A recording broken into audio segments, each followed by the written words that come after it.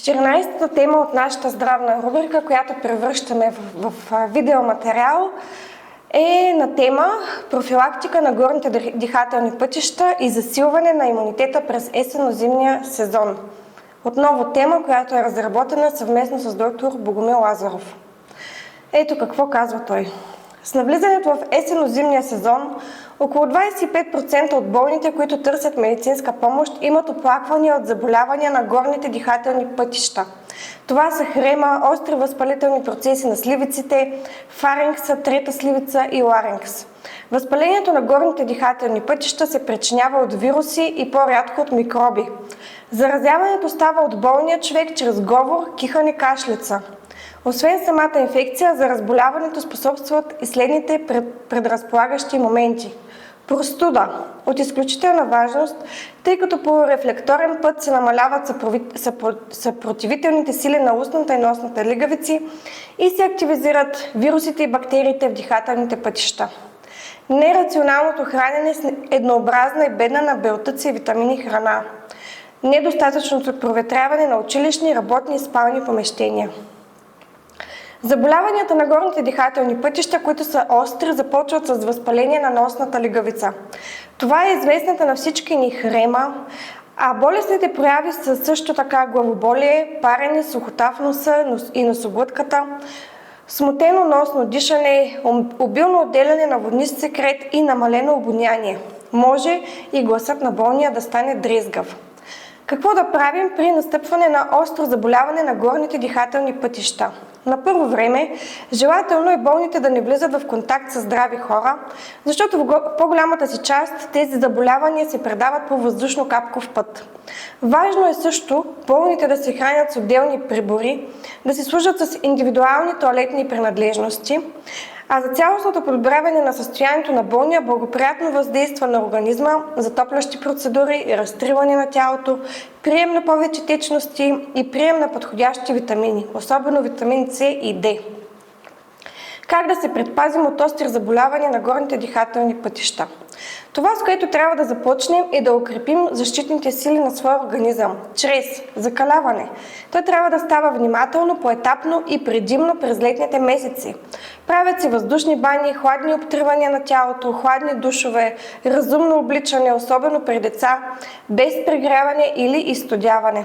По този начин се укрепва сърдечно-съдовата система, както и дихателната и нервната система и се изграждат съответните реакции на кожата към по-ниските температури. Хранене с разнообразна и богата на белтъчини и витамини храна. Излагане на слънчева светлина или облъчване с кварцова лампа. За синтез на витамин Д, който е от изключителна важност за цялостното изграждане на имунитета. Редовно проветряване на работните и жилищни помещения. Избягване на физическа и умствена преумора. Най-внимателни трябва да бъдем по време на епидемия, когато е абсолютно необходимо да се избягва контакт с болни, да се отлагат посещения на обществени места и гости, особено там, където има малки деца, да не се допуска простудяване, да носим предпазна медицинска маска при посещение на лекарски кабинети, пътуване в обществения транспорт и подобни. Редовно почистване и дезинфекция на работните помещения също е препоръчително. Съвременни научни данни за имунитета. Витамин Д е важен, но не и чудодеен.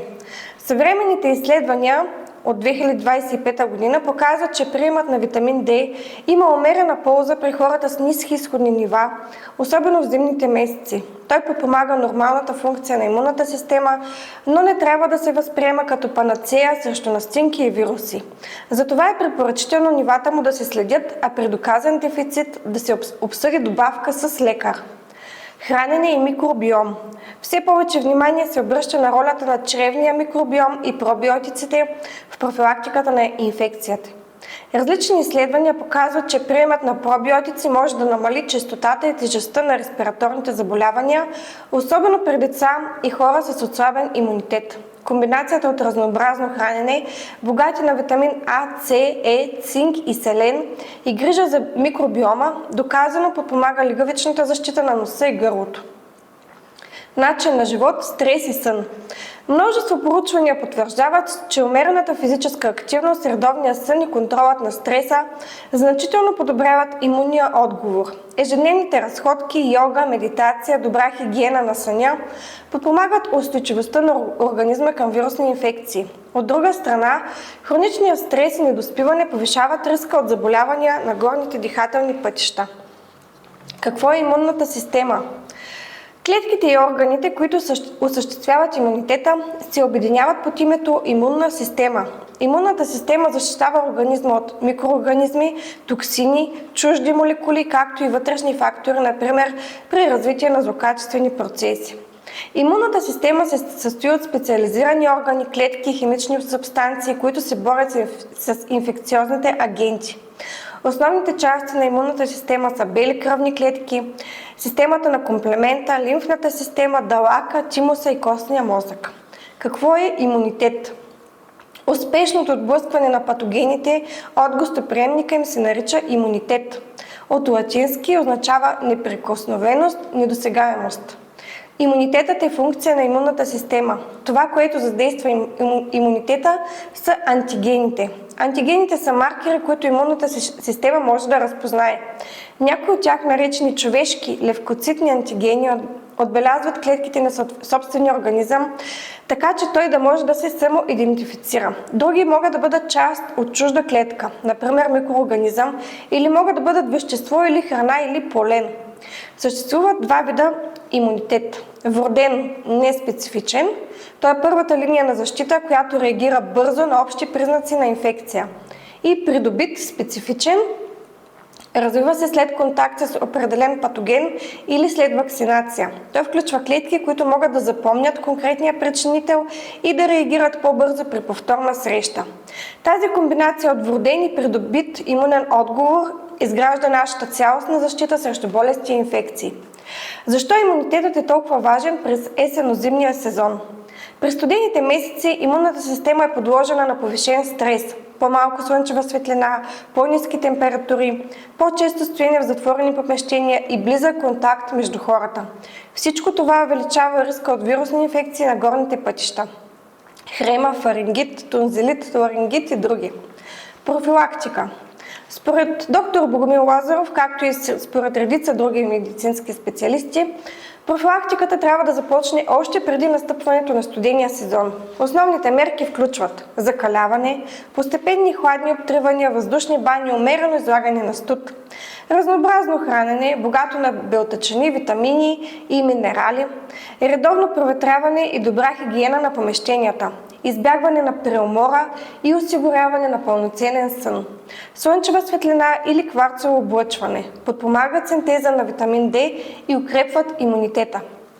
По време на епидемичния сезон избягвайте контакт с болни хора и посещения на обществени места при наличието на симптоми.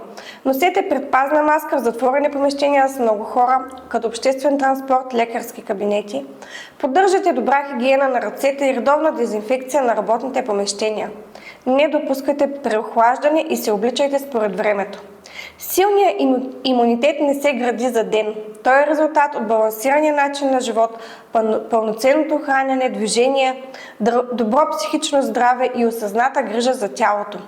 Комбинирането на традиционни, доказани във времето съвети с най-новите медицински познания дават реален шанс да посрещнем есенно-зимния сезон по-здрави и спокойни.